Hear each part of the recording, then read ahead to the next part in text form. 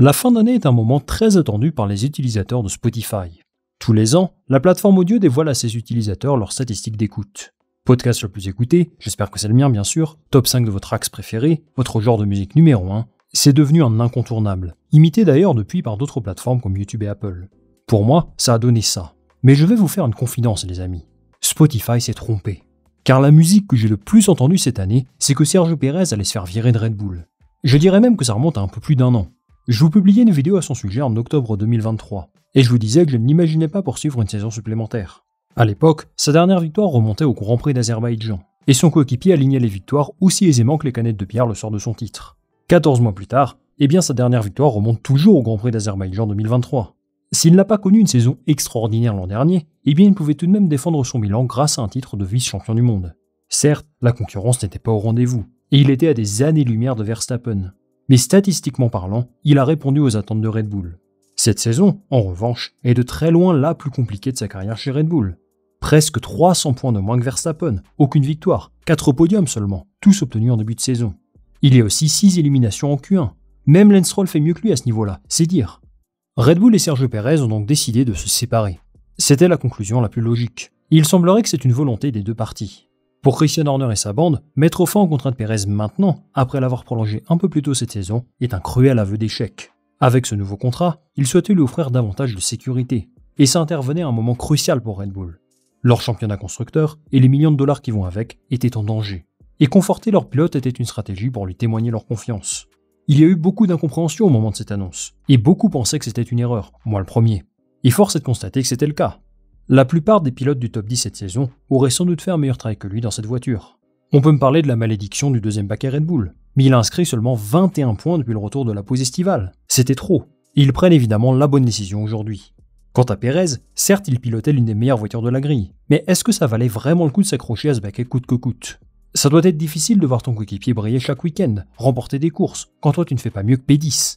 De toute évidence, il y a quelque chose qui s'est cassé cette saison. Je ne sais pas s'il avait une monoplace réellement moins forte que celle de Verstappen, moins adaptée à son style de conduite. Mais il y a des fois dans la vie où même les plus vieux couples ne trouvent pas de solution pour faire fonctionner la relation. Cette année, j'ai dédié pas mal de vidéos au sujet de Pérez, et malheureusement pour lui, j'en ai souvent dit du mal. Alors j'aimerais en profiter aujourd'hui pour vous confier une anecdote qui remonte à 2020. C'était un 18 décembre, cette chaîne n'existait pas encore, et toutes les 5 minutes j'actualisais Twitter, pour avoir la confirmation officielle d'une nouvelle que j'attendais impatiemment. Sergio Pérez signait chez Red Bull, et j'étais très heureux d'apprendre ça. J'étais en coloc avec un Mexicain à l'époque, mon ami Roberto que je salue, et cette année-là on a suivi ensemble les exploits de Pérez, au volant de sa Racing Point. Je pense à son podium à Istanbul, entre Lewis Hamilton et Sebastian Vettel, et surtout son last to first à Sakir, où il signa sa première victoire en Formule 1. À ce moment-là, je me demandais franchement comment ce pilote ne pouvait pas avoir de baquet pour l'an prochain. La suite de l'histoire, vous la connaissez. Alex Albon était en perdition aux côtés de Verstappen, et Red Bull faisait le choix de piocher en dehors de son académie et de titulariser Pérez. L'impact a été immédiat. Certes, Pérez n'a jamais été au niveau de Verstappen, mais il rapportait de gros points lorsque son leader était absent. En Azerbaïdjan en 2021, à Singapour en 2022, et bien sûr, il a été un élément essentiel dans la quête du premier titre de Verstappen en 2021. Ces 2 dernières années ont été beaucoup plus compliquées, mais il ne faut pas pour autant oublier qu'il a, en partie, résolu l'un des plus gros casse-têtes de Red Bull. Ils ont trouvé en Pérez un numéro 2 qui a répondu à leurs attentes. Et même si on peut regretter qu'il n'ait jamais pu se battre pour le titre, avec l'une des meilleures monoplaces de l'histoire de la Formule 1, ça n'a jamais été l'intention de sa direction. Malheureusement, Pérez était en déclin depuis plus d'1 an. Il y a eu beaucoup trop d'accidents, des moments humiliants, comme dernièrement ce dépassement de Colapinto dans la pit lane. Il y a aussi eu un déficit de performance énorme, et cette histoire devait s'arrêter là. Alors, merci Checo pour les travaux, bravo pour ta carrière, et félicitations d'avoir permis au peuple mexicain d'être représenté au sommet du sport automobile mondial. Mais la carrière de Checo en Formule 1 est-elle vraiment terminée ? À bientôt 35 ans, il lui reste encore quelques années à disputer au haut niveau, assurément. Tout va dépendre de ce que lui souhaite faire. Retrouver un bac en F1, tenter l'aventure en IndyCar, avec le projet d'aider à l'organisation d'une course au Mexique, pourquoi pas, comme le fait le NASCAR. Selon Christian Horner, il souhaite prendre une année sabbatique pour mieux rebondir en 2026, ce que je comprends totalement. S'il souhaite faire durer le plaisir un peu plus longtemps en Formule 1, le projet Cadillac pourrait sans doute s'ouvrir à lui. Alors là, il coche toutes les cases. Pilote nord-américain, avec une grosse expérience dans la discipline, qui peut apporter énormément d'argent, et qui a fait de belles choses dans des écuries de milieu de fond de grille. Franchement, je suis Cadillac, je lui envoie une petite proposition de contrat, juste pour tâter le terrain, parce qu'il peut vraiment être une base solide pour lancer le projet. Quoi qu'il en soit, Pérez ne sera pas sur la grille l'an prochain. Et l'identité de son remplaçant est désormais connue, puisqu'il s'agira de Liam Lawson. Lawson va hériter de l'un des baquets les plus prestigieux de la grille, alors qu'il n'a même pas disputé une saison complète en Formule 1. Il semblerait que les dirigeants de l'écurie croient en son potentiel, et qu'ils aient été impressionnés par son rendement lorsqu'il a eu l'occasion de rouler avec la Red Bull notamment, lors d'essais privés. Je dois vous avouer que la décision de Red Bull me laisse perplexe. D'un côté, Lawson mérite d'avoir sa place en Formule 1. Il a été plutôt bon face à Tsunoda, qui est beaucoup plus expérimenté que lui. À l'origine, il était davantage un choix par défaut pour remplacer un Ricciardo blessé en 2023. Ensuite, il a été un choix logique pour remplacer un Ricciardo plus haut niveau en 2024. Et désormais, tout le monde s'accorde à dire qu'il mérite de poursuivre l'aventure en Formule 1. Mais très honnêtement, je ne sais pas si c'est une bonne idée. J'ai vraiment peur qu'on revoie ce qu'il s'est passé avec Gasly et Albon il y a quelques saisons. Red Bull les a lancés dans le grand bain très rapidement, et les deux ont été en grande difficulté à un moment donné. C'est exactement la raison pour laquelle Perez a intégré l'équipe. Et là, ils font une sorte de retour en arrière dans leur stratégie.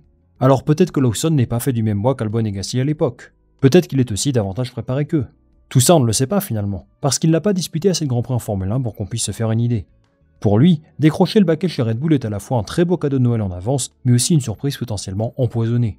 La pression dévolue aux côtés de Verstappen est énorme, et il aura besoin d'épaules très solides pour répondre à ça. Il va devoir faire mieux que Checo Pérez, être un bon numéro 2 pour Verstappen, ramener beaucoup plus de points à la maison, pour cette fois-ci remporter le titre constructeur à nouveau. Lawson va devoir s'adapter à cette voiture très rapidement, et en obtenant cette promotion chez Red Bull, il change radicalement de statut. C'est une belle évolution pour lui, et on lui souhaite bien sûr de réussir dans cette nouvelle expérience. Le grand perdant dans l'histoire, c'est Yuki Tsunoda. Ça doit être horrible de voir votre coéquipier, sensiblement moins expérimenté, prendre le baquet dont vous rêvez depuis des années. Mais d'un côté, c'est aussi révélateur de la dynamique actuelle chez Red Bull, qui prend parfois des décisions difficiles à comprendre. Tsunoda, malgré son expérience et ses performances parfois solides, n'a jamais vraiment su convaincre qu'il avait l'étoffe pour grimper dans la hiérarchie.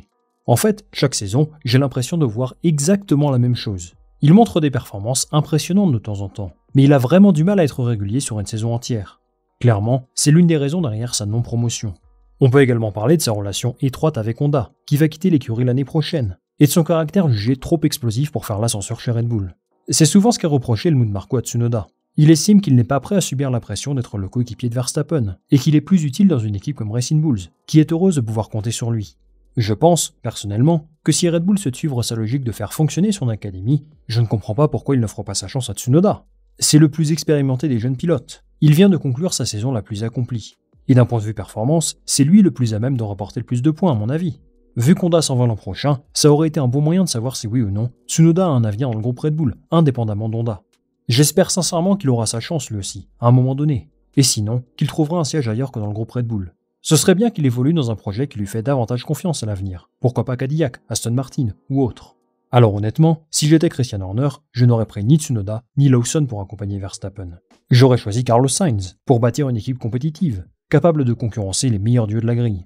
J'espère sincèrement que Lawson saura répondre aux attentes et que Red Bull ne fait pas, une fois de plus, une erreur dans sa stratégie de pilote. Voilà les amis, c'est la fin de cette vidéo. Eh mais non, attendez, est-ce que je n'aurais pas oublié de parler de quelqu'un ? Bien sûr les amis, le jour de gloire est arrivé. Isack Hadjar va décrocher son baquet chez Racing Bulls. Sortez le champagne, le champomis, ou ce que vous voulez. L'ami Isack va devenir le 72e pilote français à disputer un Grand Prix de Formule 1. Et que c'est mérité. Il n'a malheureusement pas réussi à décrocher le titre en Formule 2. Mais lui et Bortoleto ont réalisé 2 championnats de patron. Cette saison, il a répondu aux attentes de Red Bull, dans un championnat de Formule 2 parfois difficile à comprendre, tant les différences de performance sont aléatoires. Chez Campos, écurie pas habituée à jouer aux avant-postes, il a eu beaucoup de malchance. Mais globalement, il s'est imposé comme un leader solide. Il va donc faire face à Yuki Tsunoda, qui est bien installé dans l'équipe. Ce ne sera pas une partie de plaisir, ça c'est sûr. Il va devoir lui aussi faire ses preuves très rapidement, parce que derrière, il y a un autre jeune pilote Red Bull qui pousse très fort, Arvid Lindblad. Ce n'est pas une situation facile, mais je suis certain qu'il a les qualités pour s'imposer. Red Bull et Helmut Marko ont affiché beaucoup de confiance en lui. Alors maintenant, c'est à lui de répondre présent. Je suis très heureux de voir Isack Hadjar monter en Formule 1, et j'aurai l'occasion de dédier une vidéo à son sujet, intégralement. En attendant, profitons-en les amis, parce que 3 pilotes français en Formule 1, ça n'arrive pas tous les jours. Merci les amis d'avoir suivi cette vidéo jusqu'au bout, j'espère qu'elle vous a plu. J'attends en commentaire votre ressenti sur l'éviction de Sergio Pérez. Je pense qu'on sera tous d'accord sur le fait qu'il méritait de partir, mais est-ce que vous pensez que Lawson est le bon remplaçant ? Et bien sûr, j'attends votre ressenti sur la promotion d'Isack Hadjar. Moi je lirai tout ça attentivement. Comme d'habitude, si vous souhaitez me soutenir, je vous invite à liker cette vidéo, à la partager autour de vous, et surtout à vous abonner, ça m'aide énormément. On va se retrouver très vite pour une nouvelle vidéo. Salut, à la prochaine.